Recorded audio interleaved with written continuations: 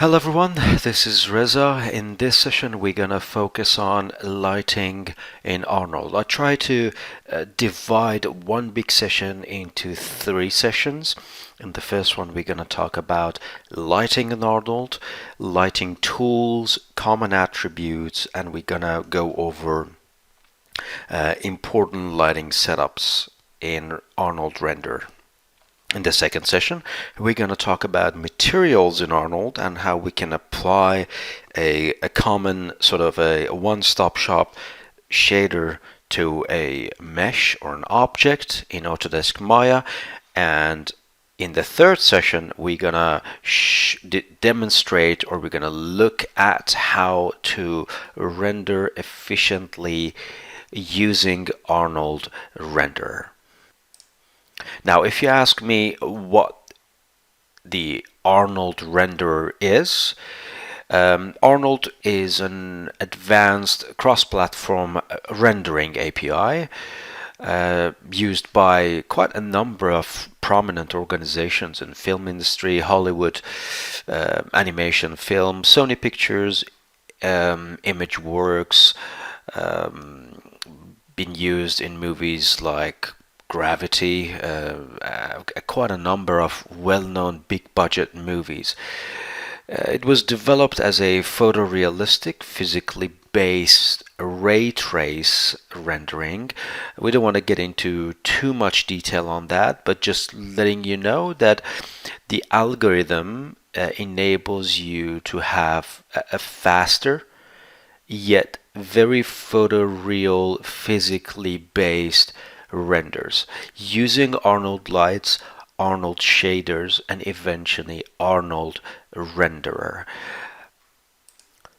Now, before we start using Arnold, we need to make sure that the plugin is correctly or successfully installed and loaded into the user interface. We go to Windows, Setting Preferences, and Plugin Manager, and scroll down to make sure Maya to Arnold MLL is loaded, and we better set Auto Load on or tick it on to make sure next time we run Maya we have Arnold drop down here with no problem whatsoever.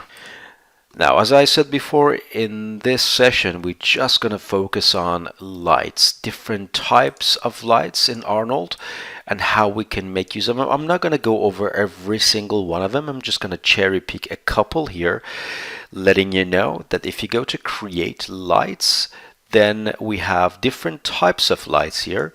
Well, these are standard Maya lights and we still can use them. Then we have different type of lights from other renderers. We are obviously not going to cover those, but just so you know, this window and this list, ambient until volume, we can totally use both tools. We can pick from the list, and they all each have pros and cons, and they all have scenarios. For example, we have area light here and area light here. I'm just going to discuss when to use what light.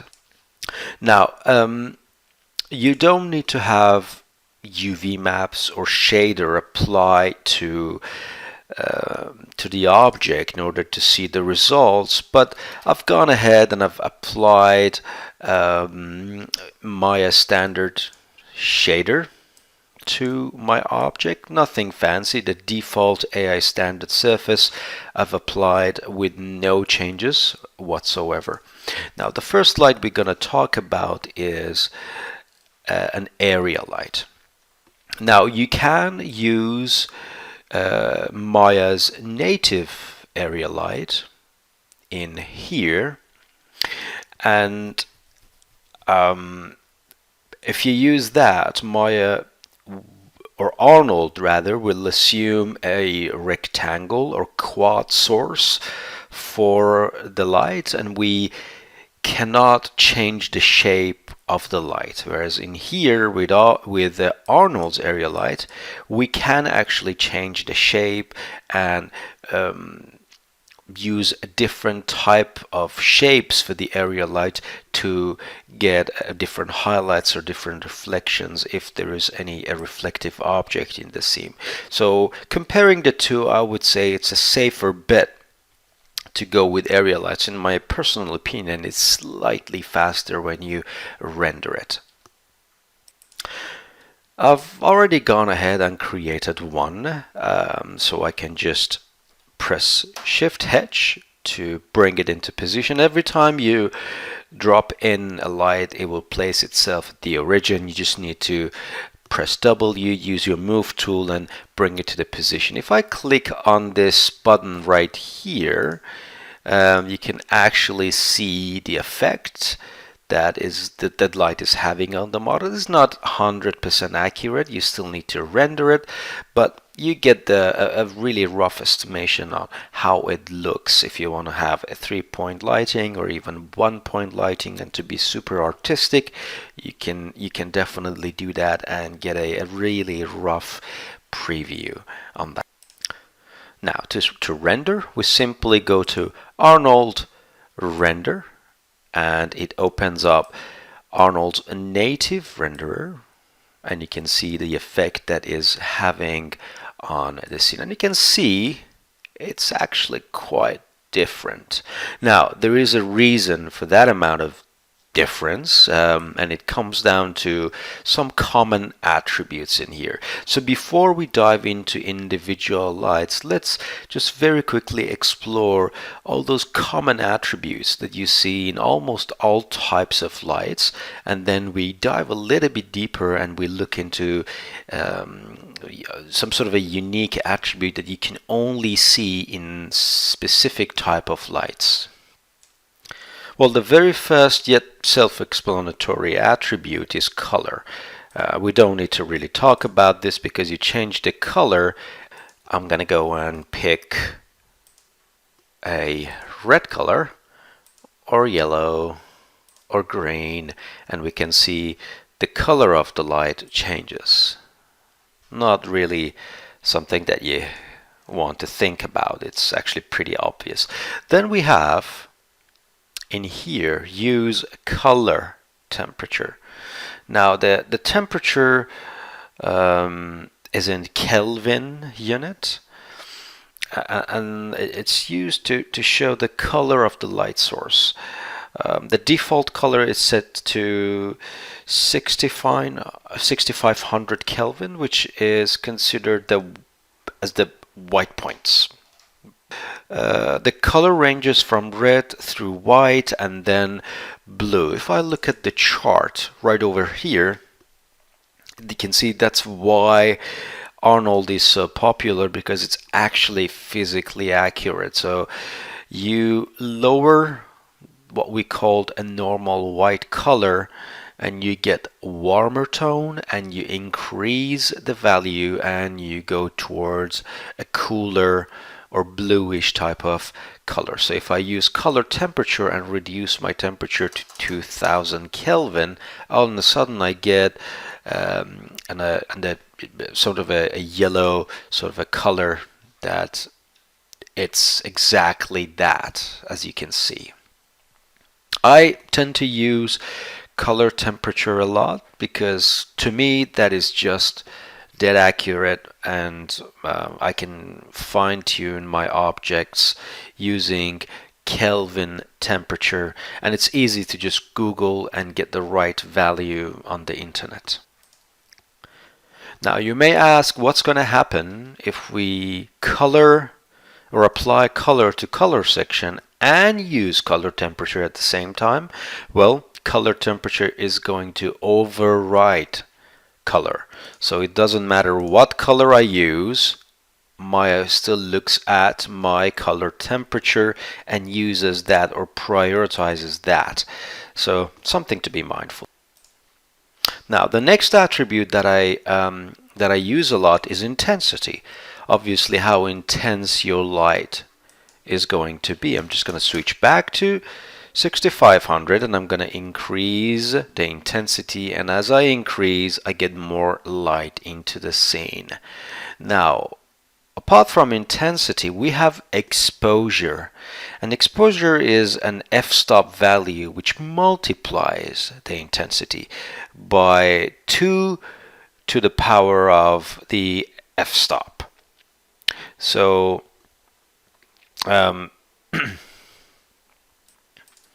if I want to put it into numbers, if we have intensity of 1 and exposure of 4, it's exactly the same as intensity of 16 and exposure of 0. Hopefully that clarifies things, but it basically multiplies the intensity to the power of this stop by 2.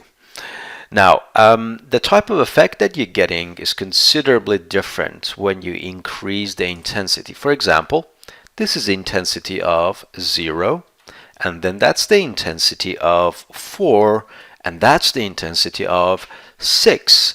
You may want to use it for artistic purposes, or you actually want to match your reference. You still need to know what sort of intensity would you like to, or exposure value would you like to apply to your model. Another common attribute is sample. So sample controls the quality of the noise in the soft shadows and direct specular highlights. To bring an example, this is a sample of 1 and this is the sample of 3. So noise from lights can sometimes be difficult to diagnose and to get rid of, but I found that using samples per light can actually play a huge role, and in long run you save on render time. Although if you have too many lights and you want to increase the sample on every single one of them, then it's going to create a problem, and we have another way to approach problems like this to save time on rendering. But if you have a light or two, then it's easy to just increase the sample and resolution to remove noise in your render. And then we have, if I scroll down, Normalize. Now, if you enable Normalize, you'll be able to tweak the shadow softness by changing the size of your light. So, with Normalize on, if I go and change the scale, you can see the highlights on the model changes. If I turn off Normalize, then what Maya does, Maya is going to ignore the size of my light, and it's going to, regardless of the light size, it's going to just shine the harsher light on the model, and you can see I get some blown out spots. I found it that with Normalize on, it is actually very handy for artistic control. Otherwise, if not enabled, the amount of emitted light is proportional to the light's surface area, and it becomes a little bit tedious to control the amount of light emission coming from your light source. And finally, we have cast shadow and how much shadow, what type of shadow we would like to get from the light. And again, these three are common in almost all types of lights. Now we know a little bit about common attributes. Let's pay a quick visit to a couple of individual area lights, individual Maya lights.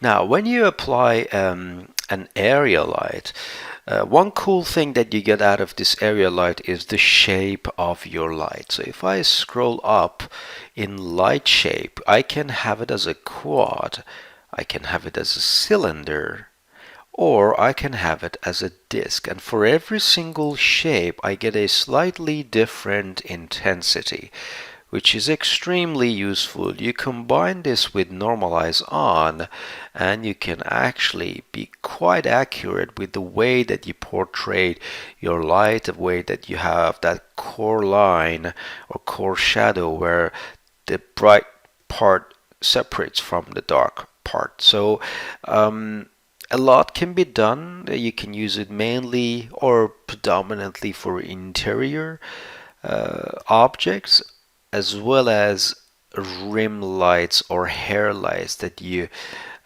may want to have to produce a really fine line around the character. It's really common for studio lighting when you want to separate foreground from the background. Now, the next type of light that we would like to use, and we are going to use, is a Sky Dome light. Now, Sky Dome light is basically it simulates light from a hemisphere. So if I just stop the render and switch to perspective and zoom back, you can see that if I zoom back, it simulates light from a hemisphere or dome above your scene, and that represents the sky. It also can be used with high dynamic range, which I'm using right now. So all you need to do is just to plug a texture in here and apply a high dynamic range, and that creates a really nice soft diffusion that we are getting from the environment here. There are many websites to offer high dynamic range images.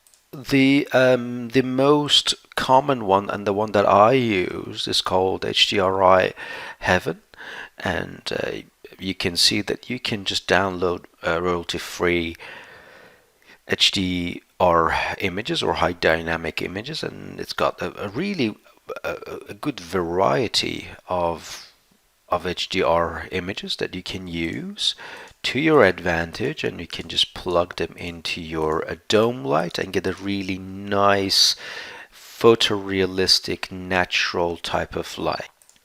Now this type of light, this one right here, Sky Dome, is designed for mainly outdoor scenes, and it, as you can see, it's represented by a spherical dome in the background.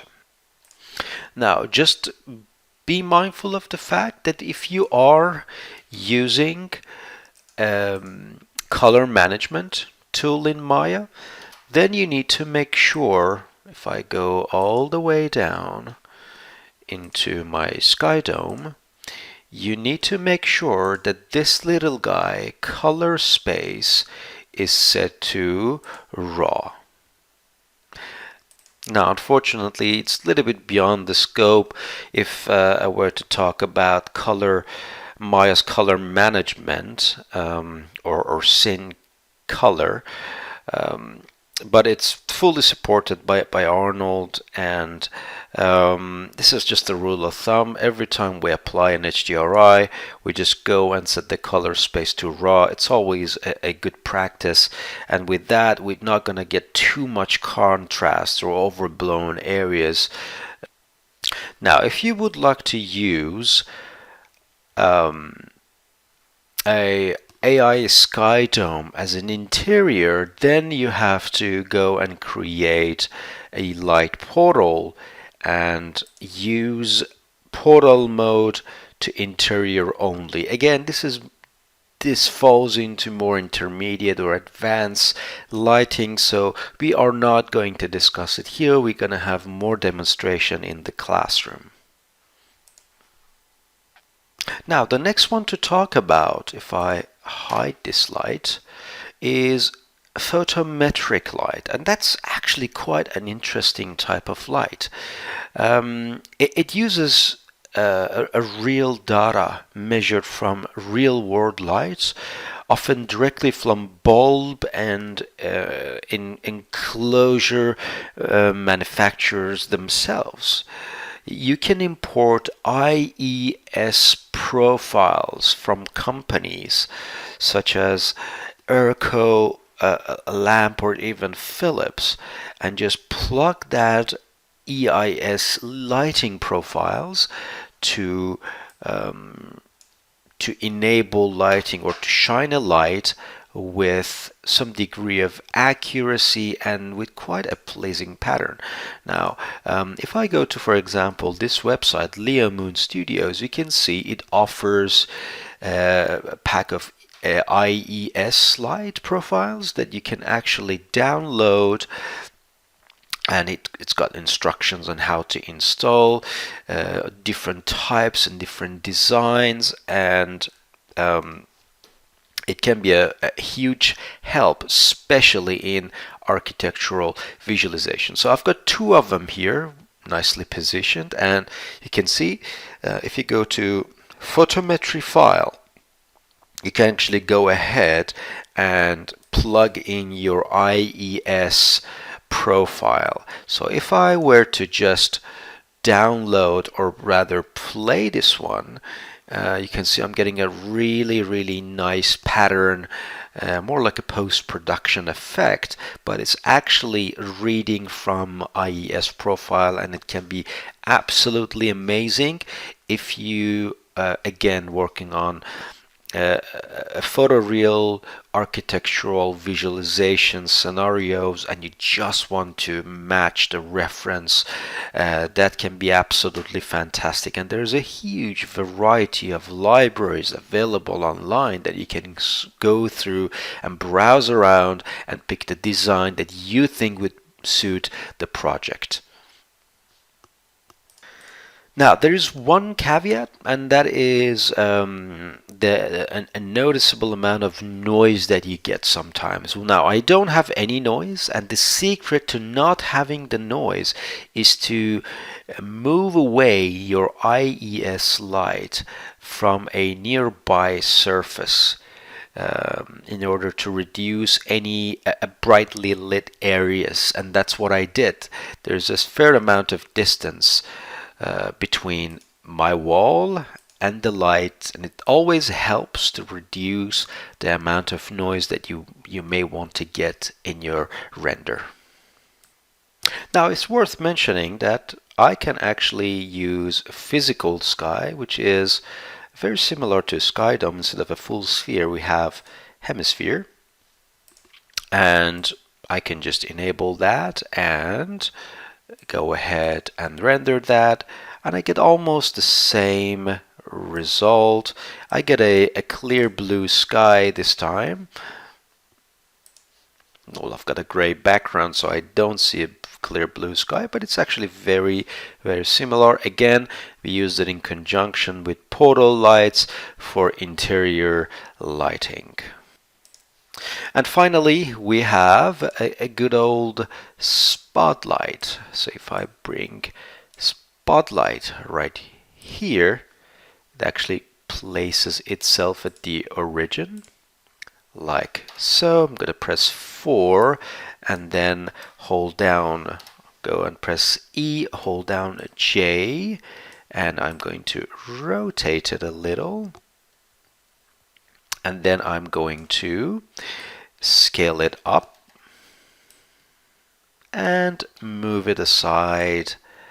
And as you can see, it's more like a cone of light from the position. And actually, I can go to look through selected with my light position and actually position it carefully.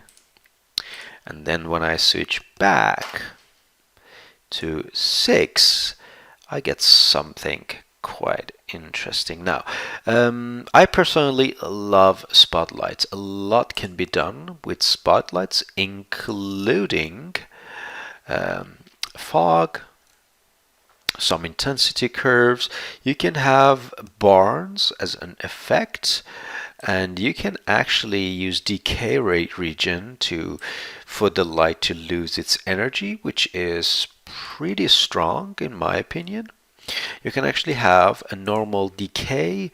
When you use decay, you lose intensity, then you can increase intensity, but it gives you a very realistic effect when the light actually loses its energy as it travels. So this area is actually brighter than this area, which that's what happens in normal life.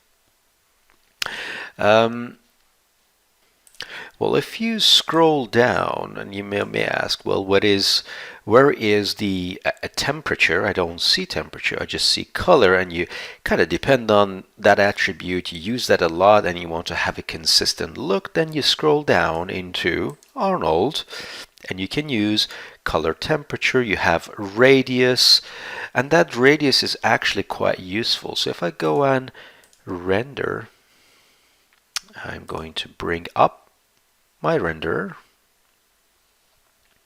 I can actually use this radius to soften